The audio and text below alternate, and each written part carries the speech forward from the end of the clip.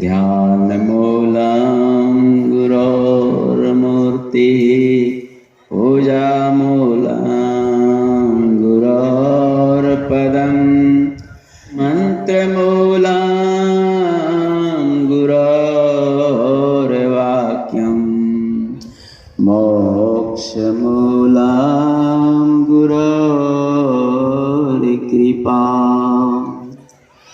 अव्यक्त रूप में परमपिता परमेश्वर देवादिदेव महादेव पतित पावन भूत भावन अखिल निखिल विश्व ब्रह्मांड विनायक परमाराध्य श्री सद्गुरु महाराज मंच पर प्रेम की मूर्ति पूज्य महात्मागण उपस्थित सज्जन वृंद धर्म गुणों को धारण करने वाले श्रद्धा भक्ति को स्वीकार करने वाली माताओं एवं स्नेहवती बहनों,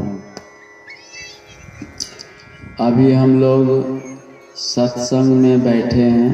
यह संत मत का सत्संग है, कोई संप्रदायवादी का सत्संग नहीं है, सभी का विश्व प्रसिद्ध धर्म ग्रंथों में श्रेष्ठ पंचम वेद के स्वरूप में रामायण का पाठ हुआ है। उत्तरकांड सप्तम सोपान से मानव के विषय में, मानव की उपादेयता एवं उसकी सार्थकता क्या है, तो इस विषय में शास्त्रों में संतों ने, ऋषि महर्षियों ने, देवी देवताओं ने बहुत इसकी महिमा गाई है।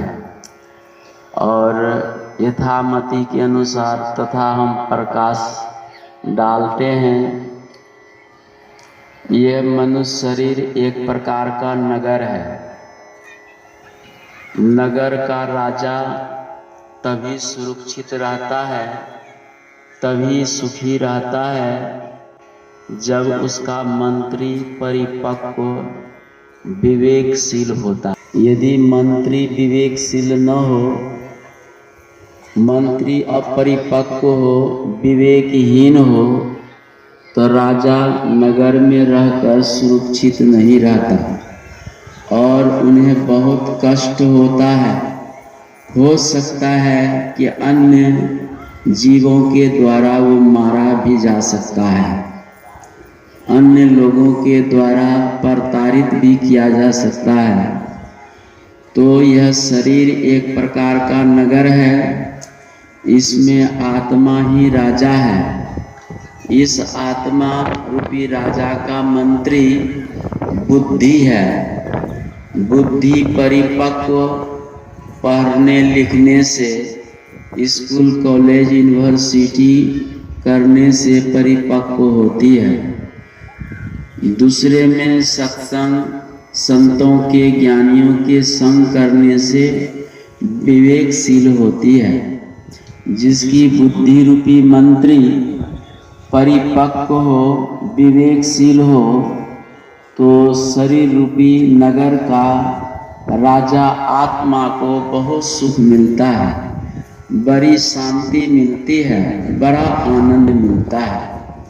यदि शरीर रूपी नगर में राजा है और बुद्धि रूपी मंत्री कमजोर है, विवेकहीन है, लापरवाही है, तो शरीर रूपी राजा को बड़ा कष्ट होता है, बड़ा दुख होता है और सुख के बदले उनको दुख ही दुख जीवन में रहता है।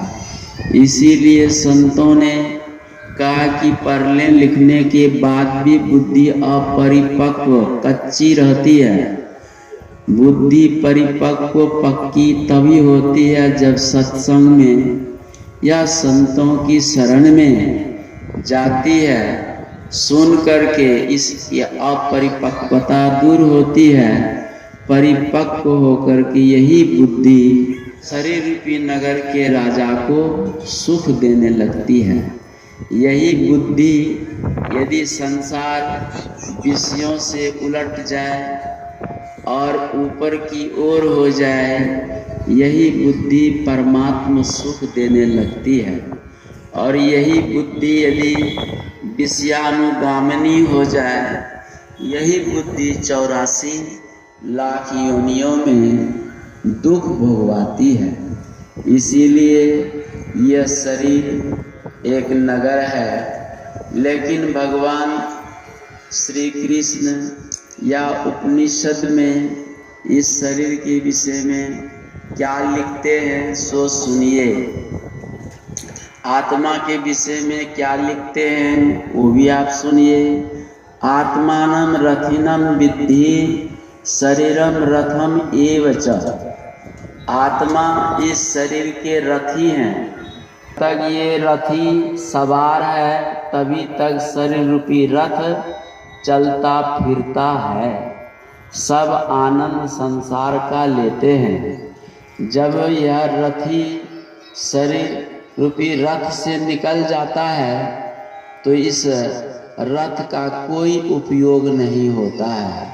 इसको जला करके राख पानी में फेंक दिया जाए तो जीव जंतु खाकर विष्ठा कर दे, या मिट्टी में गाड़ दे तो सड़ करके मिट्टी हो जाए। ये ऐसे शरीर हैं। तो आत्मानं रथिनं विद्धि शरीरम रथम एव च बुद्धिम सारथिम विद्धि मनो प्रक्रियम एव च। कि बुद्धि सारथी है इस शरीर का। तो सारथी कहिए, मंत्री कहिए, एक के बात है। सारथी यदि ठीक है तो यह रथ बड़ा ठीक ठिकाने पर पहुंचता है। यदि सारथी गड़बड़ है, सारथी का मतलब ड्राइवर, मंत्री बहुत पर्यायवाची इसके अर्थ हैं। ड्राइवर गाड़ी का ठीक है तब तो ठिकाने पर आप पहुंच जाएंगे। यदि ड्राइवर ठीक नहीं है तो कहीं भी एक्सीडेंट करके मर सकते हैं। तो इसीलिए ड्राइवर को ठीक करने के लिए बहुत शिक्षा की जरूरत पड़ती है।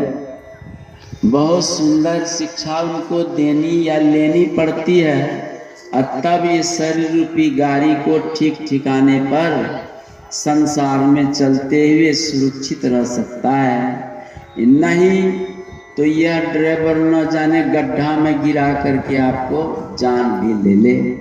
इसीलिए महाभारत में भगवान श्री कृष्ण के पास अर्जुन गए थे और दुर्योधन भी गए थे। तो दुर्योधन सिराने के पास बैठे थे, अर्जुन गोरथारी में बैठ गए थे। भगवान श्री कृष्ण सोए हुए थे। जैसे उठे तो पार्थ अर्जुन को देखे, कहा कि पार्थ, तब तक पीछे में दुर्योधन थे कि केशव मैं भी आया हूँ। उलट के देखते, अच्छा आप दोनों तो मेरे संबंधी के लोग हैं, किस हेतु से आए हैं? दुर्योधन ने कहा कि केशव, आपको तो मालूम है महाभारत युद्ध होना निश्चित हो गया है। कहा कि हाँ, तो आपसे मैं सहायता लेने आया हूँ। कहा कि सुनिए, मेरे पास दो चीज हैं। एक तरफ 56 कोटि यदुवंशी सेना है, दूसरे तरफ मैं अकेला रहूंगा। जिधर मैं रहूंगा उधर अस्त्र शस्त्र धारण नहीं करूंगा, और जिधर 56 कोटि नारायणी सेना रहेगी अस्त्र शस्त्र से लड़ेगी। तो पहले मैंने अर्जुन को देखा है और आपसे उम्र में छोटा भी है, इसलिए अधिकार अर्जुन का ही पहले मांगने का होता है। तो अर्जुन बोलो, दो में क्या तुम चाहते हो? अर्जुन ने कहा कि मैं आपको लेता हूँ। दुर्योधन मने मन सोच रहा था कि कहीं नारायणी सेना ले ली तो हम इसनी हत्था को लेके क्या करेंगे, लेकिन मने मन खुशियां मनाने लगे दूसरे क्षण में। ठीक है हुआ, इसनी हत्था को लिया, वहाँ तो अस्त्र शस्त्र धारियों की जरूरत है। वो 56 कोटि यदुवंशी नारायणी सेना को लेकर दुर्योधन चल पड़े हस्तिनापुर की ओर। अब अकेला एकांत में कि अर्जुन, तुमको मैंने मौका दिया तो तुमको मैंने पहले ही सुना दिया, जिधर रहूंगा उधर अस्त्र शस्त्र ग्रहण नहीं करूंगा, वहाँ अस्त्र शस्त्र धारियों की जरूरत है, तुम मुझे लेकर के क्या करोगे बोलो। तो भगवान की बात को सुनकर अर्जुन ने कहा कि मैं आपको लेकर क्या करूंगा, मैं अपने जीवन का बागडोर आपके हाथ में सौंप दूंगा, अब मैं रथ के पीछे बैठ जाऊंगा। आप विजय दिलाना पराजय दिलाना ये आपका काम, मेरा काम नहीं होगा। तो जरा विचार कीजिए कितना बुद्धिमान अर्जुन है, अपने जीवन का बागडोर रास भगवान के हाथों में सौंप दिया, सारथी बनाया है कि मैं आपको सारथी बनाता हूँ, और वो रथी बना है। तो वैसे ही ये शरीर का रथी और सारथी देख लीजिए कैसे हैं। तो नारायण यदि बढ़िया सारथी मिल जाए तो महाभारत